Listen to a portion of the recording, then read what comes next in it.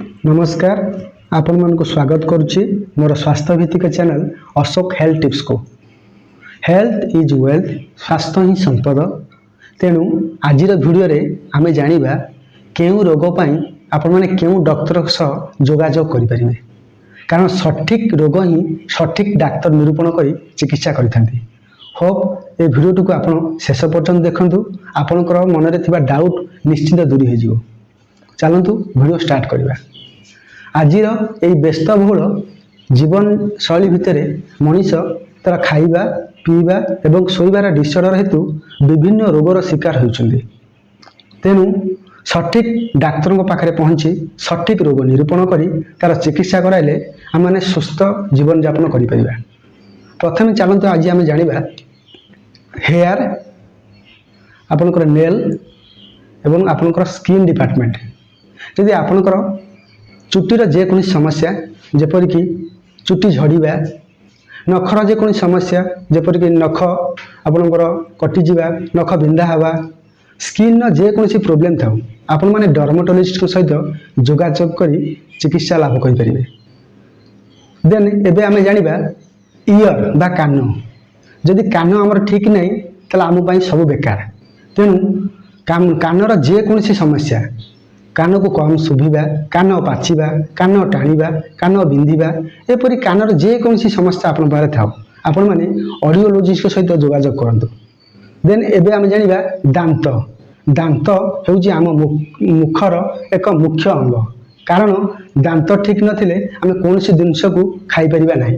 तेणु दांतर जेकोसी समस्या जेपरिक दांत बिंधिबा, दांत पोक खाइबा, जीभर जेकोसी समस्या, गालर जेकोसी समस्या आपन पारे थाउ आपण माने डेंटिस्ट सह जोगाजोग करि परिबे। देन एबे आमे जानिबा हार्ट बा हृदय। हृदय होची आम शरीर एक मुख्य अंश। हृदयर स्पंदन बिना आम जीवन बंचिबा कष्टकर।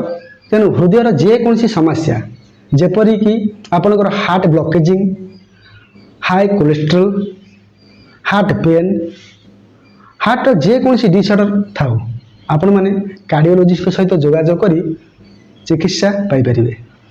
एबे आसुन जानिबा लिवर। लिवर होची आम शरीर हजम प्रक्रिया पाई एक मुख्य अंग। लिवर जेकोसी रोग जेपरिक liver cirrhosis, liver fatty liver, liver jaundice, liver cancer, liver जेकोसी समस्या आपन पाखे थाउ आपण माने हेपाटोलॉजिस्ट सहित जोगाजोग करी आपण मानकर लिवर को सुस्थ एवं सबल करि परिबे। एबे आसुन जानिबा नेफ्रोलॉजी बा किडनी रोग विशेषज्ञ। किडनी रे आपनकर जेकोसी समस्या जेपरिक किडनी स्टोन हेबा, किडनी ब्लॉकेजिंग, किडनी ठीक से काम न करिबा, एपरि समस्या देखा दोथले आपण माने नेफ्रोलॉजी सहित जोगाजोग करी चिकित्सा पाई परिबे। एबे आसुन जानिबा urology. Urology department. Urology department रे आपण मानकर urinary tract infection, prostate problem, hydrocele problem, hernia problem, penis रो जेकोसी प्रॉब्लम आपण पारे थाउ आपण माने यूरोलॉजी डिपार्टमेंट सह बा यूरोलॉजिस्ट सहित जोगाजोग करी सफल चिकित्सा पाई परिबे। एबे आमे जानिबा जनरल सर्जन।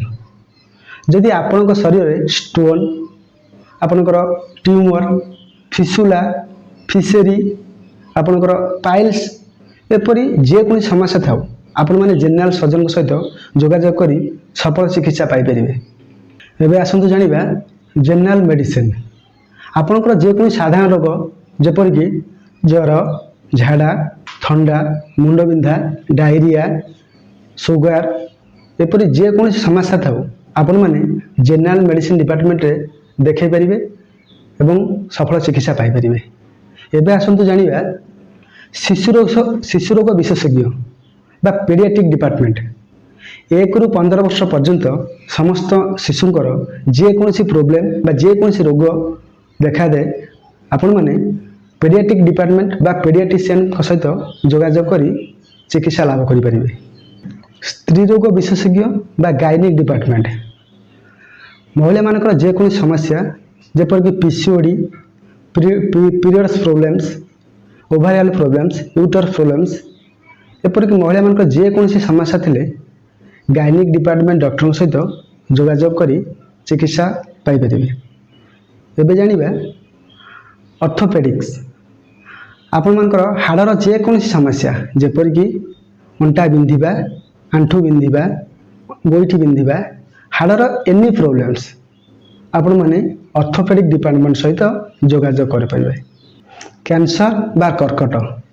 କ୍ୟାନ୍ସର ଏପରି ଏକ ବେମାରୀ ବର୍ତ୍ତମାନ ଯାହାର ଚିକିତ୍ସା ଉପଲବ୍ଧ ହୋଇପାରୁଛି।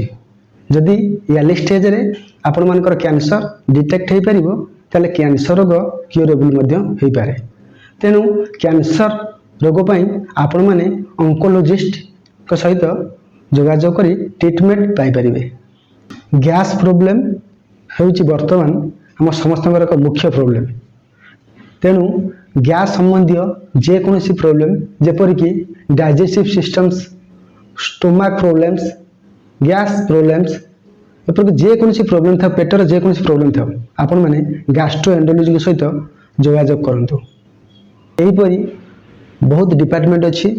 ଆଜି ଭିଡ଼ିଓ ଲମ୍ବା ହୋଇଯିବ, ତେଣୁ ଆମେ ଆସନ୍ତା ଭିଡ଼ିଓରେ ଆହୁରି ବହୁତ ଡିପାର୍ଟମେଣ୍ଟ ବିଷୟରେ ଜାଣିବା। ହୋପ୍ ଆପଣମାନଙ୍କୁ ଭିଡ଼ିଓଟି ଭଲ ଲାଗିଥିବ। ଯଦି ଭିଡ଼ିଓଟି ଭଲ ଲାଗିଥାଏ ତେବେ ଆପଣମାନେ ସେୟାର କରିବେ, ଲାଇକ୍ କରିବେ, କମେଣ୍ଟ କରି ସବସ୍କ୍ରାଇବ୍ କରିବାକୁ ଭୁଲିବେ ନାହିଁ। Thank you, love you all. ନମସ୍କାର।